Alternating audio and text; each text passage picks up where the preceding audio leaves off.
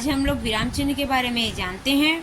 तो आइए हम लोग सबसे पहले जाने कि विराम चिन्ह होता क्या है। विराम चिन्ह का अर्थ होता है रुकना या ठहरना। ठीक है, तो विराम चिन्ह एक विशेष चिन्ह है जो किसी वाक्य या वाक्यांश को समाप्त करने के लिए प्रयुक्त होता है। यह चिन्ह वाक्य में एक स्थान पर आता है और बताता है कि वहाँ वाक्य समाप्त हो गया है और नया वाक्य शुरू हो गया है। यदि विराम चिन्ह का प्रयोग ना किया जाए तो अर्थ का अनर्थ हो जाता है। ठीक है, विराम चिन्ह का प्रयोग अगर नहीं करेंगे तो शब्द हम लोग का नहीं बनेगा, उसका कुछ अर्थ ही नहीं निकलेगा। ठीक है, जैसे कि रोको मत जाने दो, इस वाक्य में अर्थ स्पष्ट ही नहीं हो पा रहा है कि किसी व्यक्ति को रोकने के लिए कहा जा रहा है कि जाने के लिए कहा जा रहा है, पहला में। उसके बाद दूसरा है कि रोको मत जाने दो, इसमें स्पष्ट है कि इसमें इस वाक्य में अर्थ स्पष्ट है, इसमें रोको के बाद अल्प विराम का प्रयोग किया गया है, इसमें रोकने के लिए कहा गया है। फिर है आप लोग का रोको मत जाने दो, इसमें स्पष्ट है कि उस व्यक्ति को रोको मत, रोकना नहीं है, जाने के लिए कहना है। ठीक है, इस प्रकार से विराम चिन्ह के प्रयोग से दूसरे तथा तीसरे वाक्य का अर्थ अच्छे से स्पष्ट होता है, किंतु पहले वाक्य का अर्थ स्पष्ट उतने अच्छे से नहीं हो पा रहा है। जैसे कि मैंने बताया कि रोको मत जाने दो, इसमें कुछ अर्थ निकल ही नहीं रहा है, लेकिन दूसरा में निकल रहा है कि उसे रोकने के लिए कहा जा रहा है, और फिर तीसरा में भी उसे रोकना नहीं है, जाने देने के लिए कहना जा रहा है। ठीक है, आइए उसके बाद आगे देखते हैं हिंदी के विराम चिन्ह और उनके संकेत। तो सबसे पहला है पूर्ण विराम। पूर्ण विराम में आप लोग का तो देखिए पूर्ण विराम होता क्या है। पूर्ण विराम का अर्थ होता है भली भांति ठहरना। किसी भी वाक्यांश या शब्द को जब हम लोग पूरा पढ़ लेते हैं उसके बाद पूर्ण विराम ठहर जाते हैं, वहाँ पर भली भांति रुक जाते हैं, तो वह होता है हम लोग का पूर्ण विराम। जैसे वह घर जा रहा है, यहाँ पर वाक्य ये शब्द पूर्ण हुआ तो पूर्ण विराम लगा। ठीक है, उसके बाद है आप लोग का अर्धविराम। अर्धविराम में अर्धविराम जहाँ पूर्ण विराम की तुलना में कम रुकना तथा अल्प विराम से थोड़ा ज़्यादा ठहरना, इसको क्या कहा जाता है, अर्धविराम। अर्धविराम दो उपवाक्यों को जोड़ने का काम करता है।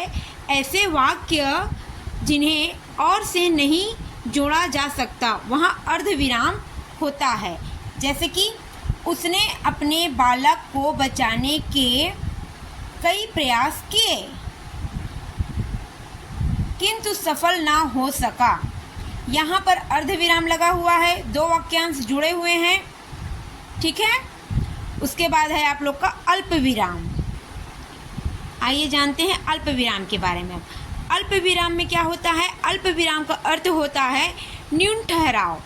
वाक्य में जहाँ बहुत ही कम ठहराव होता है उसे अल्प विराम कहते हैं। जैसे नहीं, मैं नहीं आ सकता, यहाँ पर अल्प विराम लगा हुआ है, नहीं के बाद अल्प विराम लगा हुआ है। ठीक है, उसके बाद है आप लोग का चौथा प्रश्नवाचक चिन्ह। प्रश्नवाचक चिन्ह का कब प्रयोग करते हैं, कुछ भी प्रश्न वगैरह क्वेश्चन करने के लिए यह हम लोग प्रश्नवाचक चिन्ह का प्रयोग करते हैं।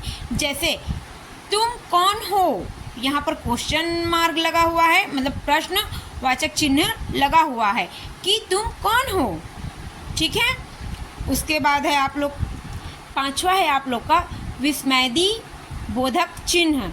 इस पर क्या होता है, विस्मयदी बोधक चिन्ह का प्रयोग हर्ष, घृणा, आश्चर्य आदि भावों को व्यक्त करने के लिए इस चिन्ह का प्रयोग करते हैं। जैसे आह कितना अच्छा मौसम है। ठीक है। उसके बाद है आप लोग का छठवां उद्धरण चिन्ह। इसका प्रयोग कब करते हैं हम लोग? जब किसी व्यक्ति की बात या कथन को उसी के शब्दों में लिखना होता है, तब इस चिन्ह का प्रयोग किया जाता है। ठीक है। जैसे रघुकुल रीति सदा चली आई, प्राण जाए पर वचन न जाई। रामायण में तुलसीदास जी ने यह लिखा हुआ है। ठीक है। तो इस पे किस चिन्ह का प्रयोग किया जा रहा है? उद्धरण चिन्ह का। ठीक है। उसके बाद आइए देखते हैं सातवां है आप लोग का योजक चिन्ह। योजक चिन्ह होता क्या है? दो विलोम शब्दों के बीच योजक चिन्ह का प्रयोग होता है। जैसे माता पिता, यश अपयश, रात दिन। ये क्या है आप लोग का? योजक चिन्ह। ठीक है। उसके बाद आप लोग का आठवां है निर्देशक चिन्ह। निर्देशक चिन्ह क्या होता है? निर्देशक चिन्ह या रेखिका का प्रयोग निम्नलिखित स्थितियों में होता है।